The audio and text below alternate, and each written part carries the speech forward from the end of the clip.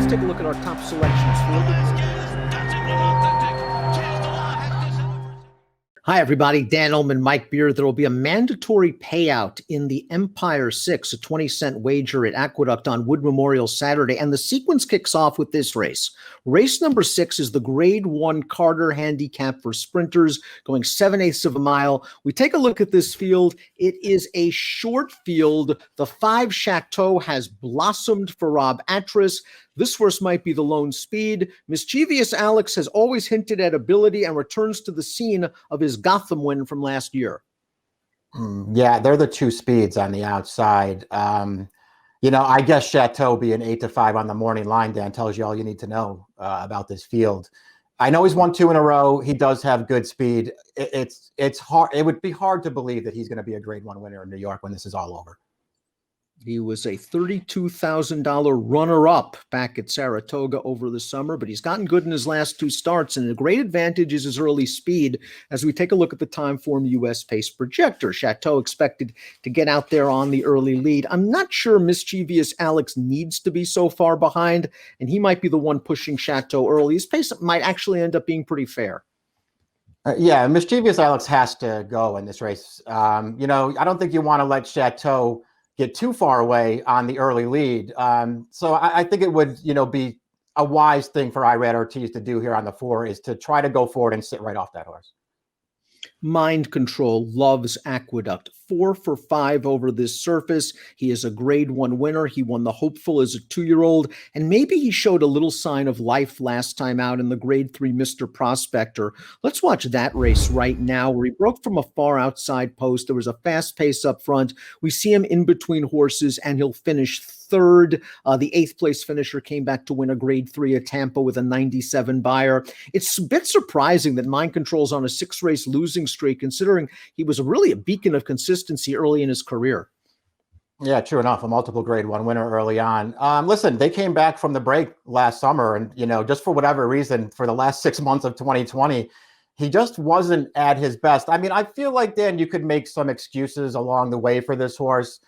Even though his form, really wasn't up to his best. Prior to that, if you go back to his first 2 starts last year over this track, I think you would have to really like him in a race like this one. He was still good then.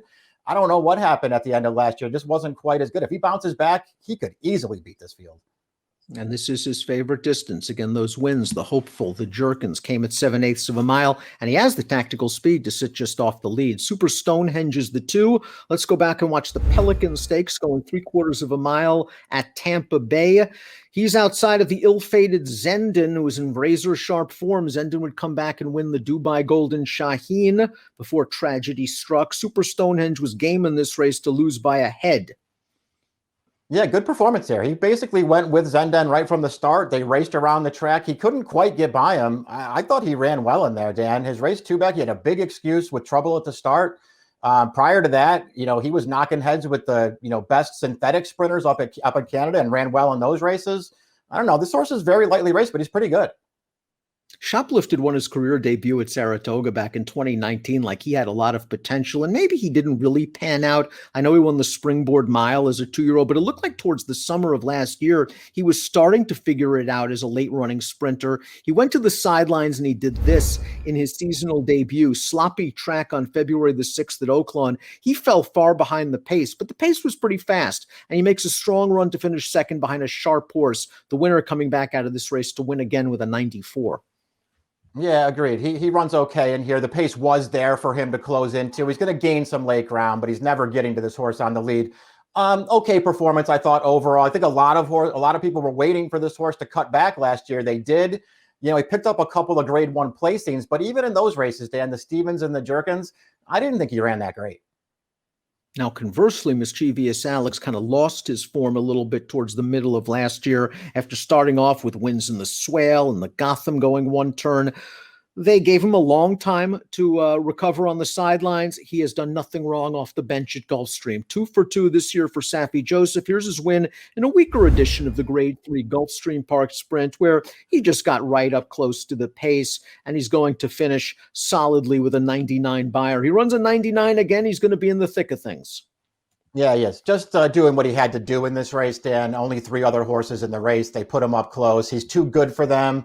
He was really sharp off the layoff with the triple-digit buyer. He was good last year. I mean, he wasn't a star, but he was good. Seems like he's better at 4. He's probably the horse to beat. And we'll see if Chateau wants the 7. That could be a little bit of a question mark in here after wiring him in the grade 3 Tom Fool, and he went fast and furious early on the lead, Mike, and he just opened up. He just never gave these horses a chance to get into the race. A 100 buyer speed figure coming off the heels of a 96 when he won for 62.5. He loves Aqueduct. Never off the board from 9 starts. He's 5 for 9 at Aqueduct, 2 for 24 everywhere else. Yeah, he has a lot of early speed. I guess 7 furlongs could be a little bit of a question for him, Dan. He is a horse who has a history, or at least had a history before his prior 2 starts, of making early leads and stopping in the stretch. Hasn't stopped in his last 2. Top pick time for this year's Grade 1 Carter Handicap. Mike Mind Control, multiple Grade 1 winner, plenty of back class. Last race hints that maybe he's getting back to his form. Yeah, he's going to have to show up with his good race here, Dan. I personally think if he shows up with his good race, this is a field that he can beat. So I'm going to take the 4-1 and hope that this horse can still run. Mischievous Alex, sharp right now. Think he can get up close to the lead. If he collars Chateau, he might be hard for Mind Control to run down. 4-5-3-1 for me, 1-4-2-3 for Mike, and the Grade 1 Carter on Wood Memorial Saturday. Good luck.